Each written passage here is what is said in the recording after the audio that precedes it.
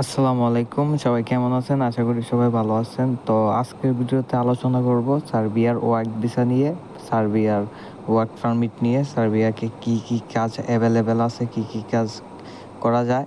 তো এগুলা নিয়ে আলোচনা করব। সবাই আমাদের সাথেই থাকুন। তো প্রথমেই আসেন, সার্বিয়াতে ফাইল জমা দিলে কতদিন লাগবে কাজ, মানে আপনার কাজটা মানে ভিসা পর্যন্ত কতদিন সময় লাগবে।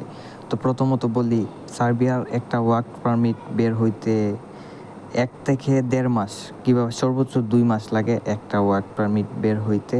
তারপরে ওয়ার্ক পারমিটের পর হচ্ছে আপনার এম্বাসি ফি দিতে হবে।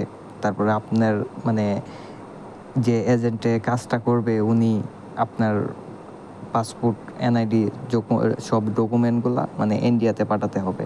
সব মিলাইয়া এই জায়গায় দেখা দিতেছে 5 থেকে 6 মাসের ভিতরে আপনার একটা মানে ভিসা পাইতে একটা সময় লাগতেছে, 5 থেকে 6 মাস। তো আপনাদের হাতে সময় থাকলে এখন বর্তমানে যে অবস্থা আছে সার্বিয়া, মানে বর্তমানে মানে এই সময়ে মানে ভিসা হইতেছে, কিন্তু আগের থেকে একটু কম, কিন্তু ভিসা হইতেছে। একটু সময় লাগলেও ভিসা হইতেছে।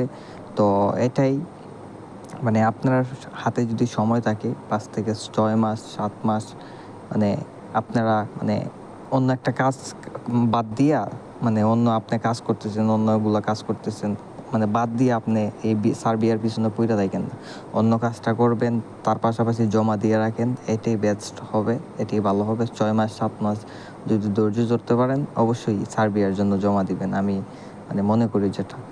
আর হচ্ছে যে সার্বিয়াতে কি কাজ অ্যাভেলেবেল আছে, ঠিক আছে? বর্তমান সময়ে সার্বিয়াতে কাজ আছে এখন বর্তমান সময়ে construction, food packaging, food delivery, মানে এইগুলা কাজ মানে বর্তমানে অ্যাভেলেবেল আছে। তো আরেকটা কথা, সার্বিয়াতে গেলে বেতন কত?